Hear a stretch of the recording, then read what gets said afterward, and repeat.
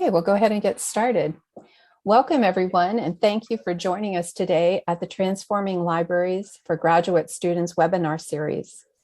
TLGS is the only national conference on graduate librarianship, and as a reminder, the conference will take place virtually on March 16th and 17th, 2022. And more information about the conference is available on the conference repository site, which is going to be added to the chat. Sheila may have already added that to the chat. So welcome again. I'm Corinne Bishop. I'm a social sciences and graduate engagement librarian at the University of Central Florida, and I will be your host today. And hello, I am Sheila Devaney. I'm a research and instruction librarian at the University of Georgia. I will be moderating chat for today's session. If you have any questions for the presenter, please list them in chat or chat them directly to me. Thanks, Sheila. Today's presentation is Big Ideas Individual Effort, Graduate Student Writing Retreats as Accelerator for Dissertation Completion. Our presenter, Michael W. Harris, is a librarian, archivist, and musicologist who is an assistant professor and outreach and statewide services librarian at Utah State University Eastern. His articles, reviews, and essays have appeared in Cinema Journal, Asian Music, and Library and Information History.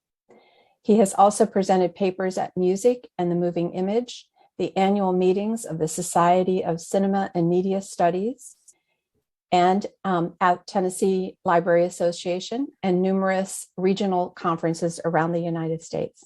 Welcome, Michael. Thank you, everyone.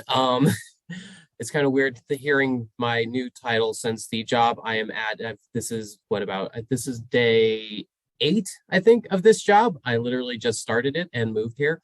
Anyway, I'm excited to present this to you. I'm just a little disclaimer here at the top. So this is a lightly edited version of the talk I was to give at the March 2020 TLGS conference, which was canceled. So that's kind of the first half of this presentation. The second half of this presentation is going to be everything that happened afterwards. So everything that happened with the Dissertation Writers Retreat and in the subsequent 2 years into the pandemic.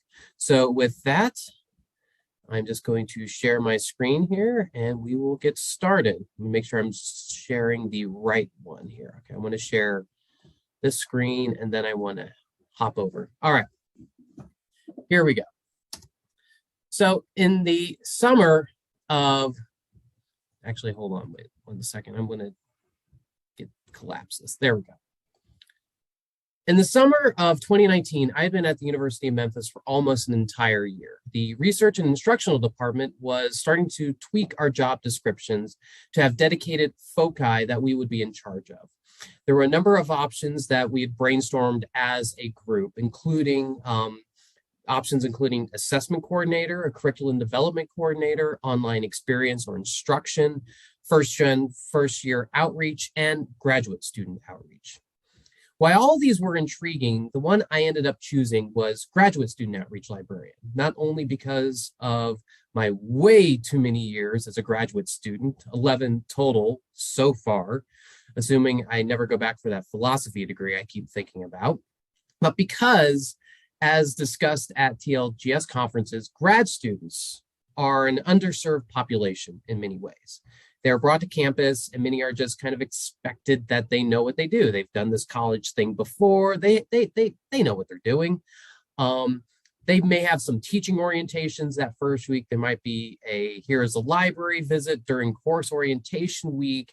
And, all the other things that they might be doing that week before classes start. But many are just expected to know how to do graduate level research, which is dangerous, coming at a time when many graduate programs have either reduced or eliminated required research and bibliography, other dedicated research methods courses for graduate students, something I observed serving on the University Council for Graduate Students at the University of Memphis. This is to say nothing of students coming back to school after being away for a number of years, or international students acclimating to not only a new culture, but also a new university and educational environment. I had the need for some sort of graduate student library outreach presented to me early on in a staggering manner.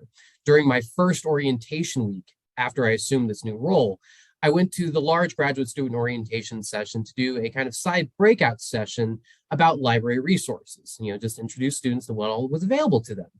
I was there with the expectation of talking to maybe 35 to 50 students in a smaller side room, as it was one breakout session amongst many that was being offered. However, as I stood in the room watching the students filter in, the rooms quickly reached capacity. And then eventually the session had to be moved back into the main ballroom because there was somewhere around 100 plus students that wanted to hear me talk about the library at their new university.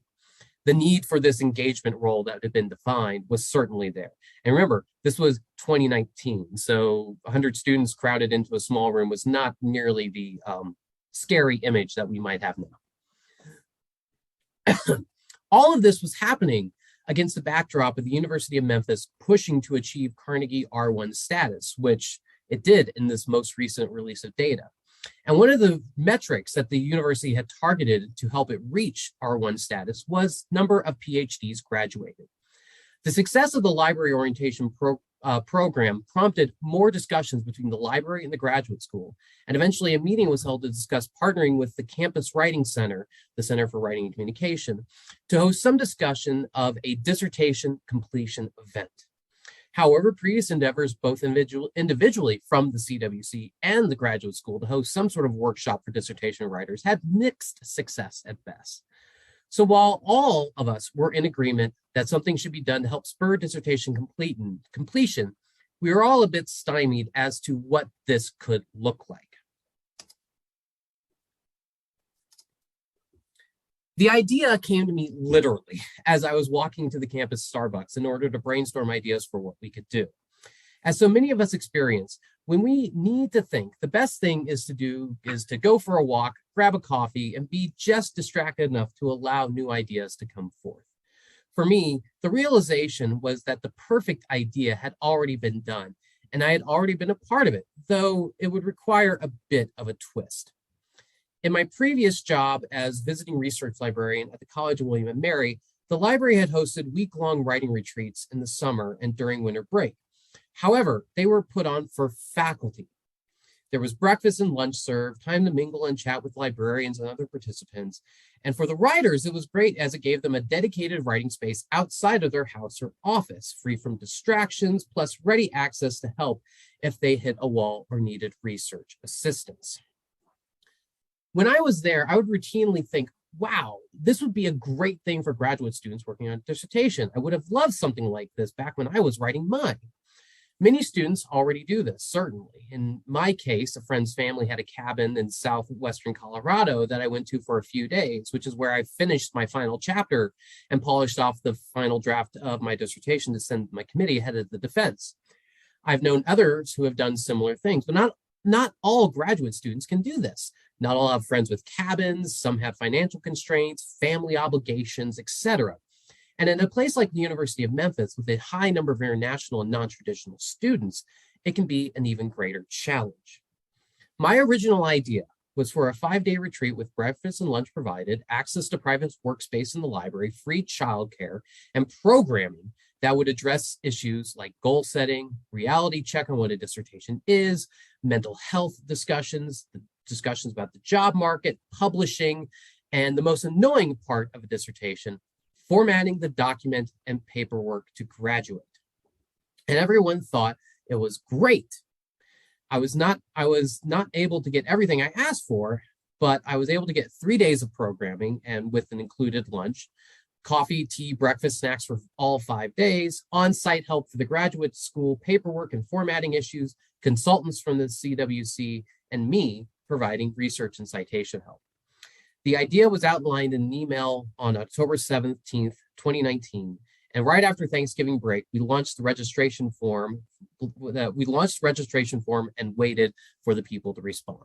And boy, did they ever respond. Based on the earlier efforts, we planned for about 30 registrations, though my colleagues felt this was optimistic, though I thought we could have upwards of 50. Turns out we were all wrong.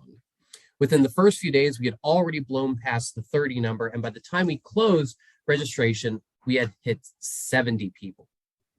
We had to up our food orders. I had to hustle to find room in the library for everyone. It was a case of more problems, but good problems.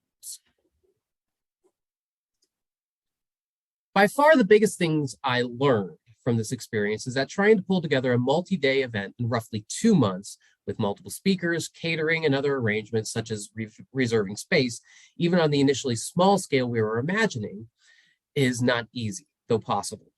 For myself, this was my first experience with managing and planning such an event, with the exception of a 2-day department retreat earlier in 2019. And I had to learn fast how to be a better delegator. I thankfully had supportive bosses and the graduate school dean who were behind the idea, and a great team willing to help as soon as I asked something of them. I'd like to say special thanks to Meredith Bolden, one of our then GA, who was also a DWR participant. And she basically twisted my arm until it hurt to force me to accept help in everything. However, not everything went smoothly. By far the biggest headache came in the form of my desire to provide childcare. Okay, I just see the question that Wendy asked. I'll address the cost and everything a little bit later. However, not everything went smoothly. By far, the biggest headache came in the form of my desire to provide childcare. From the very beginning of the project, I knew there were 2 things that I wanted. A talk that dealt frankly and directly with mental health during the dissertation and graduate school in general, and childcare. The mental health portion was relatively easy to work out. The only speed bump there was that afterwards, all of the students responded saying they would like to have a chance to debrief and talk more afterwards about everything, something we implemented for the second time around during spring break of 2020. Childcare, on the other hand, was a nightmare. Initially, we were told that any child ages 2 to 5 could be housed in our on-campus early childhood research center / preschool for free as a guest. Infant to 2-year-olds we would need to arrange care for, but those numbers turned out to be small. Only 2 of our registrants had such a need, and only 5 roughly responded with needing any childcare at all. So everything seemed to be fine. We had these 2 things. We knew what we had needed to do, and one of them was the free option, except that right before winter break in 2019, new Department of Education regulations came down saying that no unregistered child could be a guest at the school. On top of which, the initial people who I was hoping that could watch the toddlers were unavailable. Essentially, basically, I would be forced the week right after spring break, which was also the week before the event was scheduled to happen. I would have to put together a team of childcare providers. I freely admit that I made some huge mistakes here that in retrospect are kind of glaring. I relied on recommendations from an email sent out to all students of the childhood education program, who all turned out to be wonderful. But technically, I hired students who had not gone through background checks to be university employees, did not interview them, and essentially put them in charge of 5 kids. This is kind of cringy when you reflect on it a little bit. And I say, again, this was a huge mistake, but I was trying to do everything a week before it happened. Needless to say, between the headaches and cost of childcare, trying to put together schedules, and the cost overall for something that did not end up being used. We had the number of people who said they needed the resource, but then ended up not using it. It was not something that we were going to offer again, though I remain of the opinion that it should be offered if it can be done easily and for minimal cost, as childcare is, again, especially one of those barriers to a dissertating student who has family obligations. So I put myself through the stress of constructing schedules while waiting for some people to get back to me, dealing with room changes daily, all while trying to finalize other aspects of the event. Again, major lesson learned was to delegate more. It is not that I do not trust others to do it right, but rather I have this inherent sense in me that I would rather not bother someone to do something that I feel like I could or should do. Bottom line, I was burned out before the event even began. So the week came, and thankfully we had decided to go with a soft launch on Monday. and that that Monday was simply a work day for anyone who wanted to show up early and get a jump on things. The event proper with catering and sessions ran Tuesday through Thursday, though childcare was available all 5 days. I did my best to prep things, but I was still running around that morning making some last-minute swaps on room signs, printing out sign-in sheets for childcare, etc. I'll talk more about this a little bit later, but I caused myself to do a lot more work than would be necessary. But I was also trying to personalize the experience for every student as much as possible. Essentially, with every student had their own little private work area. There was a sign made telling them where it was. They would get keys, and I basically did a lot more work than it turned out I really needed to. However, as much as it was annoying to see sessions constantly running long, it was also for the best reasons. Students asking lots and lots of questions. And what has emerged is that these are questions that many of them feel like they should have had answers for a long time ago, and now finally had a venue to express them. Again, one of the biggest takeaways is that this filled a very specific need in a way that encouraged students to come and engage in these questions. And while we did receive some negative feedback regarding the length of the sessions, many students praised the sessions and how informative they were. And at the end of the week, it was the feedback from the students that made the entire experience worth it. I received so many thankful emails, gushing comments on the survey, and one student even made a thank you card for me. Many were grateful that I even thought to offer childcare or a mental health session. They praised the level of communication we had, something that came in very handy for the spring break retreat, which coincided with the beginning of the coronavirus pandemic that canceled the 2020 TLGS conference. And many even said that I maybe did too much work to personalize the experience when at least 20 or so students never showed up or used their assigned carols. No shows have been a perpetual headache for me, as has happened regardless of the format, be it in person or virtual. Some of the feedback we received was incorporated into the spring break retreat. However, the quick turnaround from winter to spring break made it difficult to truly reflect and retool everything. So let's talk a little bit about the feedback without getting too much into actual numbers. One of the biggest comments was to have more flexibility in the type of rooms and spaces available. Some students wanted to work in rooms with other people. Others wanted to work with friends, and some ended up finding a space in the library just because it more suited them. However, having options was the biggest thing, something we changed for the spring break retreat. Though again, the spring break version had decreased enrollment overall, 48 down from 70, which was further depressed by the fact that by the time that it started, people had started dropping out due to the coronavirus, and a lot of the spaces went unused. I had not anticipated that many students would be looking for a sort of writing community to combat the isolation of dissertation writing, but on reflection, I should have anticipated this. This was something I witnessed as certain people lingered after sessions to chat and started forming ad hoc interdisciplinary groups. Another desire was to provide space on a semi-regular basis for drop-in writing group sessions, possibly with some on-site help from the library and CWC staff. The question is how much these would be utilized based on the historical trends of dissertation boot camps and such. As for the sessions themselves, I did some tweaking the second time and limited them to mainly the morning, with the mental health sessions scheduled for longer in the afternoon to allow for some small group discussion, though not therapy. This was one of the important things. This was the discussion, sort of like a group communal event, but it wasn't therapy per se, which the presenters from the Psychological Services Center were very clear to make that they wanted to make clear this was not an actual therapy session. And I also tried to emphasize the time limit for the presentations, which allowed for some overlapping things, such as we offered some morning yoga, which had some mixed attendance results, but it was at least popular with those who attended it. Most of these sessions were repeats from the first time, allowing returning retreaters to get to work sooner. However, diversity of sessions is something I will discuss in the second half of my talk. However, this all got me and many attendees talking about having the sessions somewhat decoupled from the breakfast gathering time and lunch. Maybe have session blocks in the morning and afternoon, possibly with one or two different ones scheduled, which could also cater to students at different stages rather than just the late stage that we were targeting in the effort to advance as many students as possible to graduate in May 2020 to boost the R1 numbers. These discussions would eventually bear fruit as the DWR developed post-March 2020. These thoughts really do get to the heart of the role of what is essentially a graduate student liaison. How can the library act as a gathering point for graduate students to inform so many of them stuck in silos across campus about not only our resources, but also how these resources can help them?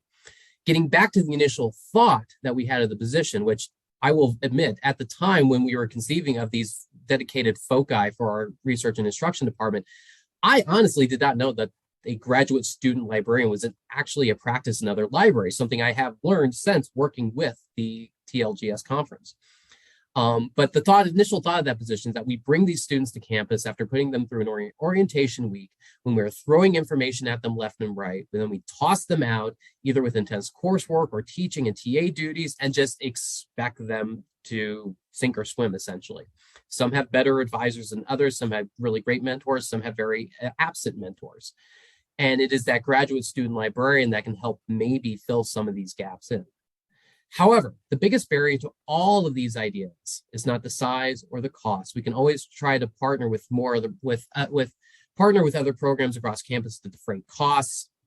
Wendy asked the question about the overall costs, especially the catering. We have an on-campus caterer that has a different menu, but it really did work out to roughly between $10 to $12 per meal, depending, and then we estimate the meals based on the number of registrations, part of the why we do registration.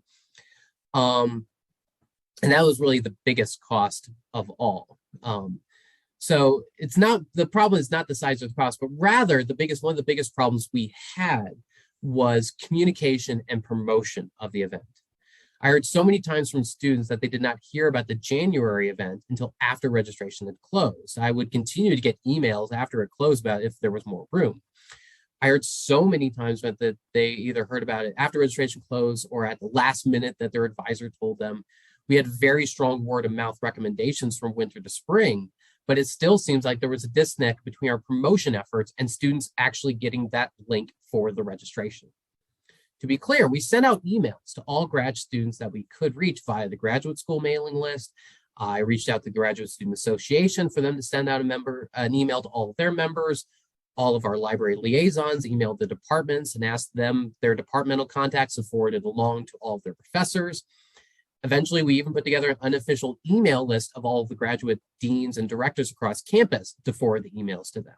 We also advertised the event in the weekly announcement calendar and posted on internal library boards, social media, yet we still did not get the word out as widely as we could, since students still did not hear about the event in a timely manner.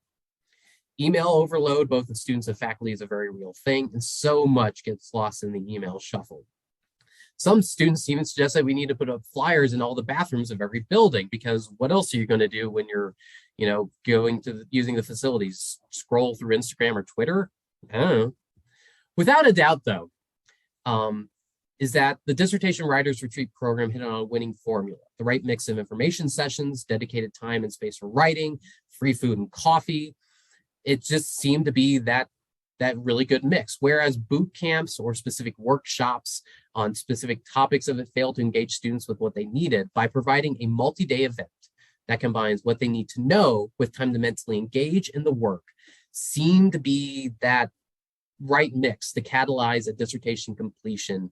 And hopefully this is the formula that continues to be built upon. The exact impact of the DWR is still to be calculated, though through analyzing feedback surveys and see what students reported that they did get done, it seems to have worked. And colloquially, I know of at least one student who completed a draft in that 2020 DWR that went on to graduate, and number of other students made significant progress on chapters, and enough that by the second time around in March of 2020, they were there to finish up polishing their drafts, or not their drafts, their final document after receiving feedback from their successful defenses.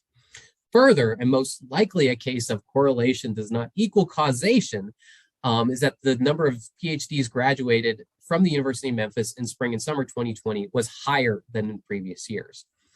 While I say correlation does not equal causation, I would like to believe that we had a small part in that. There is a hunger and a need amongst our graduate students for support that they sometimes find hard to get from faculty mentors, either because of schedules, bad advisors, or being scared to ask questions of them and not knowing who to turn to, besides other students in their program who have already, quote, been through it. Something I did routinely while a grad student, even after. Throughout the retreat, I made sure to share my own personal experiences with students, tell my stories of struggles with mental health, an advisor who was on sabbatical the semester I defended, and finding ad hoc writing mentors who helped me immeasurably along the way. By relating my struggles, I emphasized how I was there and I understood what they are going through, and that the DWR is designed not from the perspective of a librarian, but as someone answering the question, what do I wish I knew when I was a grad student? So that is where my original 2020 presentation ended, and the conference was canceled 5 days before it was supposed to start. I know I don't have to rehash everything that happened then and explain how we quickly had to pivot. Just to kind of like, it was a really kind of weird and eerie week. You see people slowly drifting off from the event as the news comes in and more universities are shutting down, pivoting to online only education after spring break. And finally, the University of Memphis, the day after the retreat ended, formally made the same announcement. It was a time of such uncertainty. The future of the DWR itself was cloudy. We didn't know how long things were going to end. I was starting to plan out these ideas for how the program could expand, but we didn't know, are we going to be on ground come the fall? What's going to happen? How long would this whole pandemic last? We had no idea. And yes, I am showing a slide with the board game Pandemic because that is how I cope with thinking about these things, is through the board game. Anyway, it took a while for me, as ostensibly the leader and the founder and the person pushing along the DWR, to kind of figure out what was going to happen next. Things began to take shape for the future in the summer of 2020. During that summer, the University of Memphis ran a faculty summer institute that they hoped would help professors better utilize and deliver online instruction for the coming fall. Obviously, the hope was always that the fall would be in person, but the university kind of wanted to future-proof itself, and there was a lot of faculty who, when they had to switch quickly to online-only education, had no idea how to utilize our learning management system, which at the time was Desire to Learn. So they ran this faculty summer institute and would even pay those who completed it a small stipend.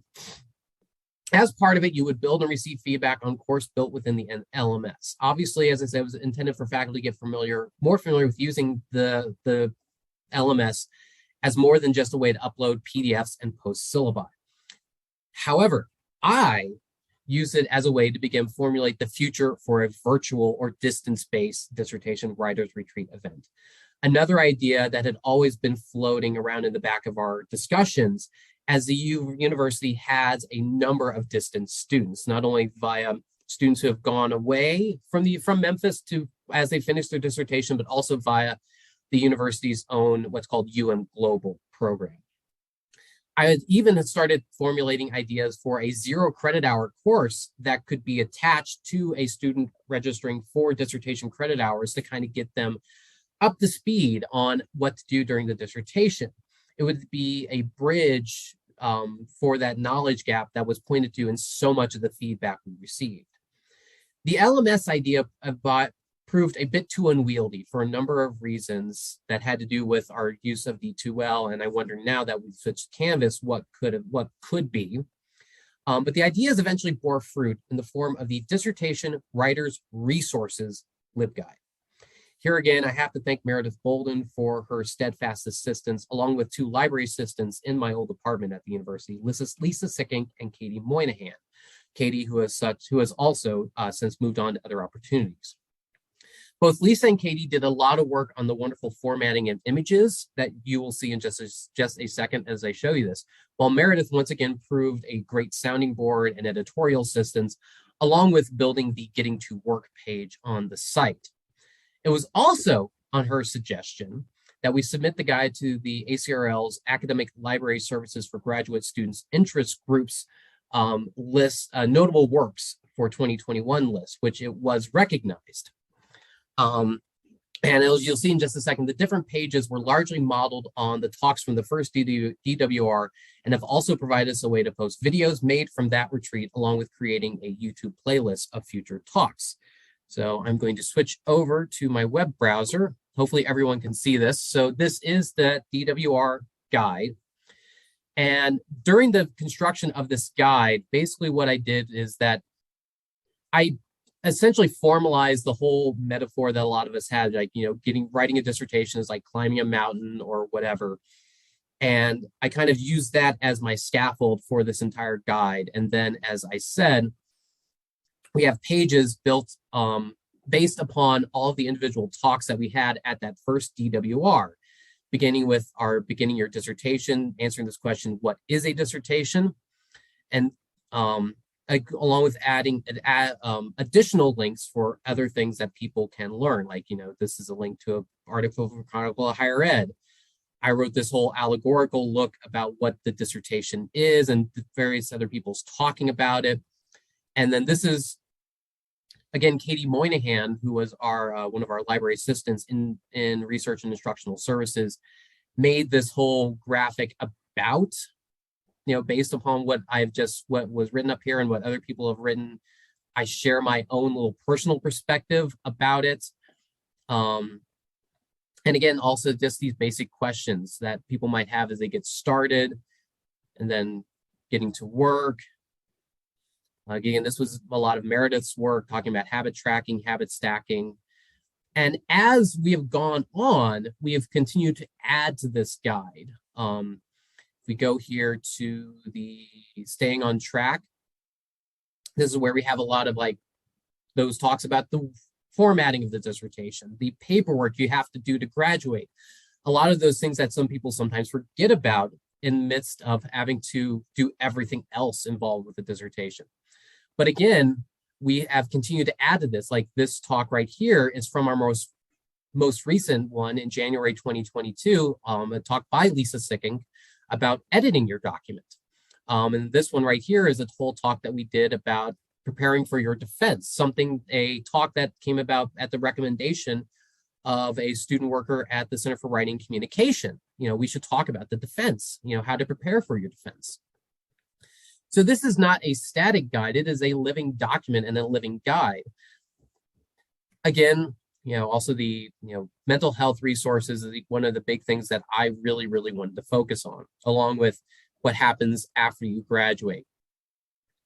And there's me giving a talk about scholarly communications and publishing.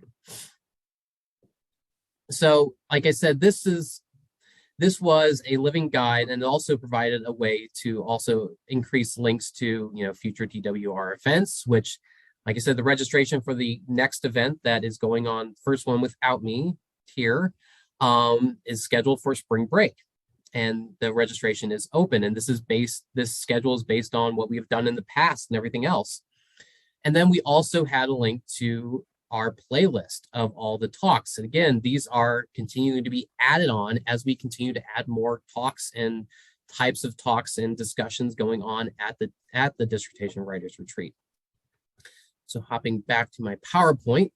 Okay. So we had the DW Dissertation Writers Resources Guide. It was recognized. And in January of 2021, we attempted our first fully virtual DWR, and it did not go well. Between overly complicated attempts at pre-assigning multiple Zoom meetings, of which the numbers that we did not allow, like to have so many concurrent meetings going on, to other technological headaches, there were many lessons learned. Namely, the KISS method is really the best option. Keep it simple, stupid. Sadly, the one thing that was missing that I could not figure out how to replicate so easily via Zoom was that community aspect. Community was such a huge thing that came out of the first two DWRs, that the students hungered for a writing community, a community of fellow dissertating students. However, small groups and room for students to talk to each other during the day helped a bit. And this was something that I observed also in the January 2022 event, which had very small numbers. There were less than 10 people who regularly came for it, but there was robust discussions happening in the morning. Also, during the fall of 2020 and the spring of 2021, we started hosting DWR writing sprints. These were virtual versions of the idea of having drop-in space in the library for students to come and work and not feel so alone. And essentially, I would open up a Zoom room and have a parallel Twitch stream running, which also had some soft jams going on, that students could either join or follow and just simply work. The idea was to just, kind of have that other person in the room while you're working so you don't feel so isolated. You could interact, you could talk if you wanted to, drop a chat. And with the Twitch, you could have the chat going in the Twitch. And the idea was also that, if we were able to have an in-person version of this, we could have also Twitch broadcast the stream of all of us working in the room together. Something that this never happened due to the social distancing effort. And even though initially these writing sprints had a fair amount of participants, the last few that I hosted before I left just didn't have any at all. So all of these efforts via Zoom and other virtual methods met with mixed success. The first virtual DWR is well attended, but also fraught technologically. The writing sprints had mixed attendance, and I feel like they would have had a greater attendance in an era when we were all not suffering from huge amounts of Zoom fatigue and burnout of screens. And then, so in the summer of 2021, as we're all feeling a bit more confident about venturing out and gathering in small groups, we began plans to how to host a hybrid event. Having learned much via the January Zoom efforts, along with the Twitch streaming, the libraries had begun investing in higher quality AV equipment so that we could, in effect, future-proof our events. Further, while we had always talked about how to include distance learning students in on-campus happenings, the pandemic forced us to accelerate these plans. One of the first was the Fall Break 2021 DWR Base Camp. It is, in effect, a sort of one-day kickoff event that gets students on the road to dissertation completion or even set them up for beginning work on one. And it extended the metaphor of the mountain climb that I began in the DWR LibGuide. It featured 4 main talks on paperwork, fellowships and grants for doctoral students, what is and is not a dissertation, how to approach it as a genre of writing, and starting and fostering a dissertation writing group. While not a boot camp, it was intended as the first part of a yearly DWR cycle of events. It had roughly 25 students, both in person and virtual. And while there were still hiccups, it is really hard to properly show a PowerPoint presentation from just a camera. So future events would have to have a way of screen sharing the slides via Zoom, something that we didn't think of beforehand. But again, these were lessons learned that would help us in the future. And the future is exactly what I said about planning as soon as I returned to my office that day. And you can see what happened on screen here with that whiteboard. I immediately came back and dreamed up a 4-stage event over the fall and spring that would start with the base camp and have the talks on about writing groups, talks on the dissertation, what a dissertation is and what it isn't, how to schedule and structure writing time, and all of these kind of things, which would happen that week of orientation for all new students, because these are returning students, so they would not be doing a lot during that orientation week. During the fall break would be Camp 1, which would be 2 days, which would focus on mental health, and then that talk on grants fellowship, maybe a roundtable, and have time to write. January would be the 3-day event with talks on paperwork, the defense, editing your document, and the spring break one would be about what happens after graduation. So talks about publishing and job application documents, and would also have time to write.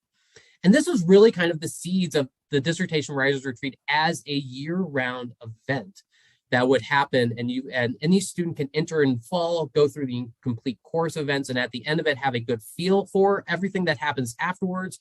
Students can come back to it and just work on the writing and stuff, but also the idea is that we would have an ongoing slate of things. We have the writing sprints, there's the LibGuide as a living document.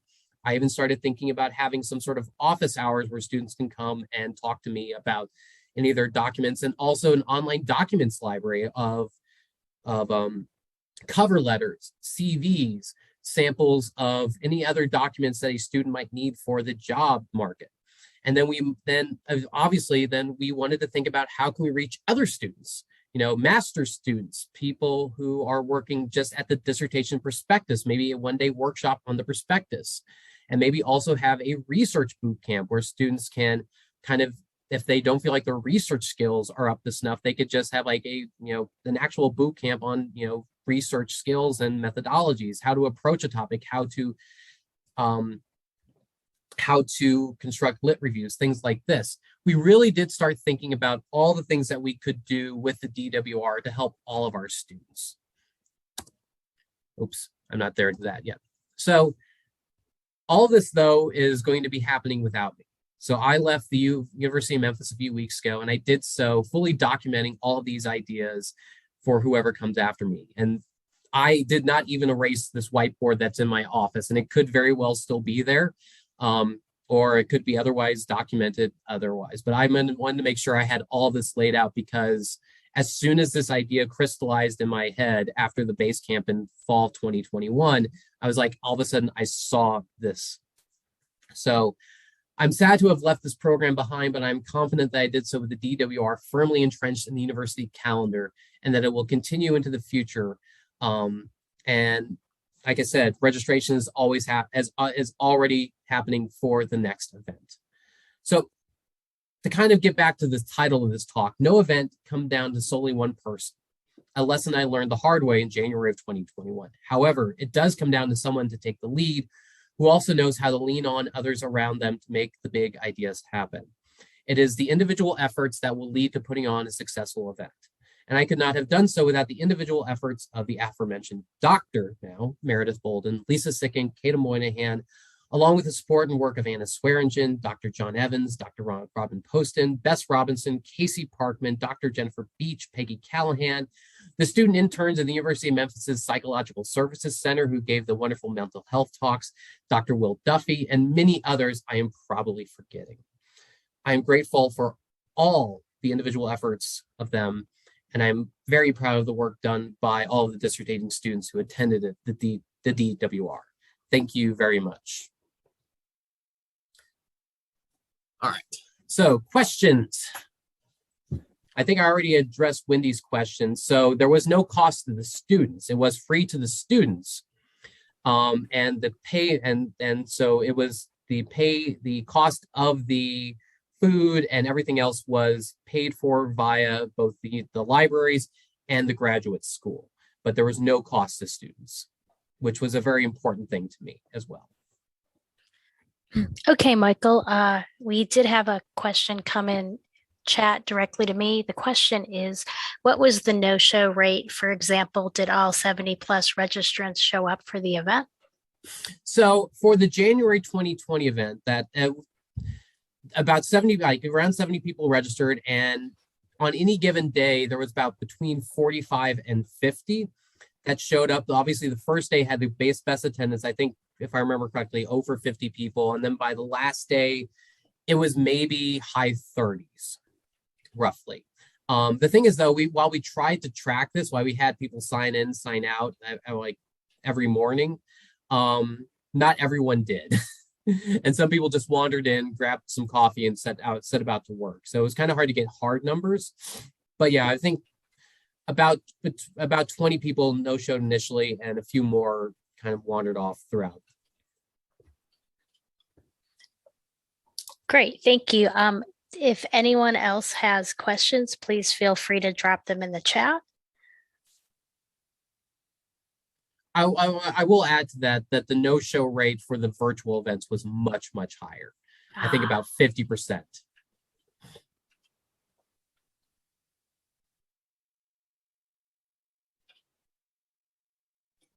Michael, this is Corinne. In kind of piggybacking on that. So excuse me if I don't recall, but those were recorded sessions then? Did you get requests as follow-up for those that couldn't attend, or? We did get requests from like students who maybe they emailed me and said, oh, I'm sorry, I'm not going to be able to make it.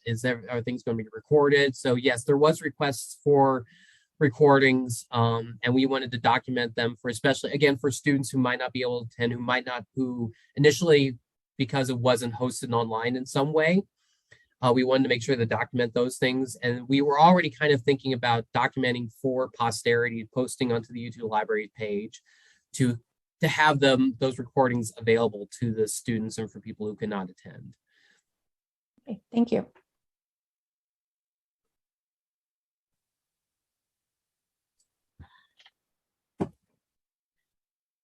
Okay, Wendy had a comment for everyone. First, it says, even though we charge when people come to Boot Camp Live, we still have no-shows who are willing to lose their 150 for 4 weekends since COVID. Since COVID, Boot Camp is virtual and free.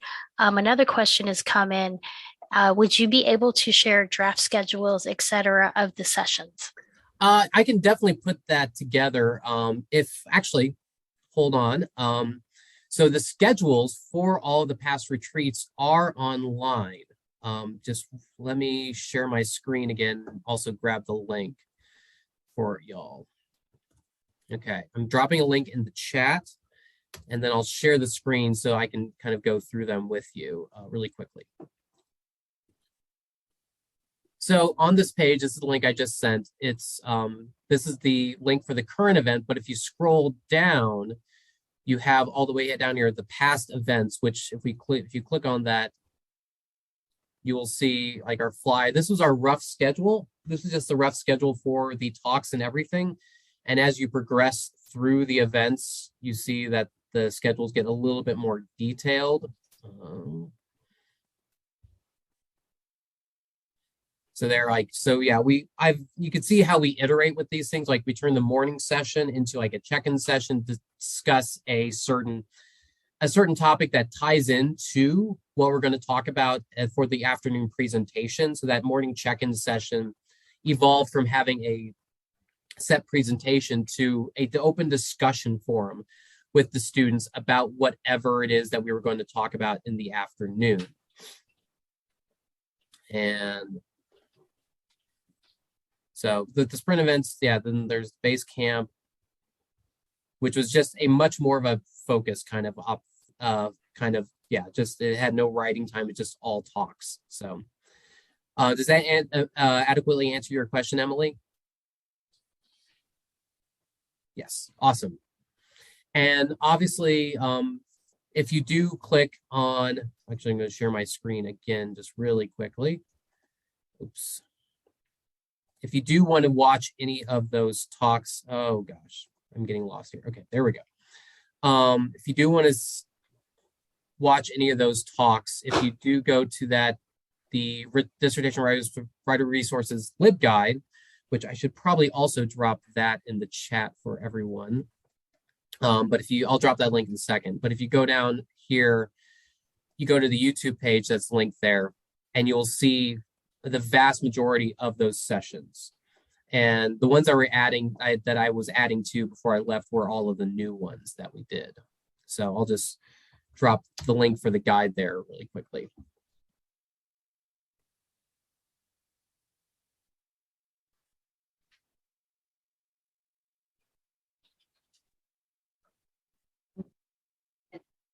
It's really interesting to me, Michael, that you have a very different stance towards privacy than we do. Even though our boot camp is free now, you still have to register. We record them, so if you've missed the sessions, they wind up in the D2L for it, but they're not transferable. So you have to be registered to see it, and they don't carry from semester to semester. So I think this is very interesting YouTube page, and I'm kind of wondering why we don't, but we don't. I mean, I don't make it. It was never even a thought that we would charge the students for this event, as even when we were doing it in person and everything. I think it was part of like my own ethos is like, I don't want to put a financial barrier, which I understand why people would want to do that to increase the possibilities that people will participate, so that it ensures that people will come and thus not take up the space of someone of a student who might want to come but missed the boat on the registration. But to me, like those financial barriers and was just something I did not want to put in place with students. That's why I was like, free food, free childcare for that first one, which I can't remember the exact numbers. That was the single largest expenditure that we had at the first one, which is why it was the first thing to get axed, and besides the whole headache of it. But yeah, it was never a question that even came up whether or not we should charge students and whether we should make things freely accessible or not afterwards. I don't know. It was just something that it wasn't even something we thought about. So Also, I missed the first part of what you said, Wendy, because again, I like either maybe it's just my connection, but I'm having a hard time hearing you at the very beginning when you start talking. I said that your privacy standards were different from ours, and I agree with you. That's the reason I make the same distinction. Okay. When I do a graduate workshop series, my series is always free, even though I provide breakfast and lunch and is paid for by the library. The boot camp that we have is done by the library and the graduate school. That is always, the cost is always for catering, and that has never been free up until now. So our discussion is, now that we're having people in the building again, are we going to charge people? And once you've not charged people, it's pretty difficult to start to charge them again. Yeah. I will say that increasingly the cost of the catering was being borne by the library rather than the graduate school. And luckily we had the dean/executive director of the library was very willing to put the cost up. He was like me in that he thought that the free food carrot was something that was important for graduate students. It might be a cliche, offer free foods, and that's how you ensure to get graduate students to come.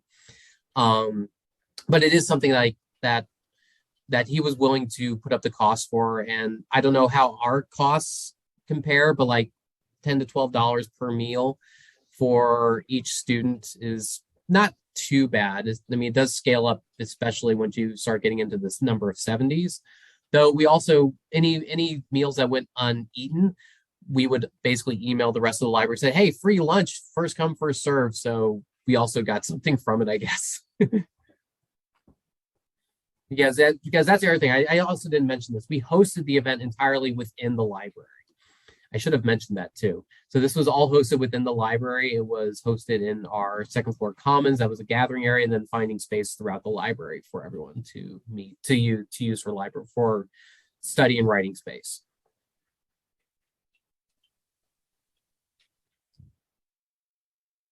Any other questions in the chat, Sheila? There are not. Okay. Well, Michael, thank you very much for a very interesting presentation. If you have questions or think of comments that you want to share, I think Sheila is going to drop Michael's email address in the chat so you can reach out to him, which I may do later. So after processing today's recording, it'll be available on the TLGS YouTube channel. And I know Sheila's going to also put that in the chat. So if you go to the recordings page, you should be able to find the series by entering TLGS libraries also. And this is the last pre-conference webinar in the series, but all of the others will be posted there as well. And as we wrap up today, we would appreciate it if everyone would let us know how you heard about the session today. So prior to logging out, if you would kindly just add that to the chat, we greatly appreciate it. I don't know if any of our other co-hosts have any other comments they want to share, but I want to thank everybody again for joining us today. And we hope to see you at the TLGS conference on March 16th and 17th. Thank you, everyone, for coming. All right.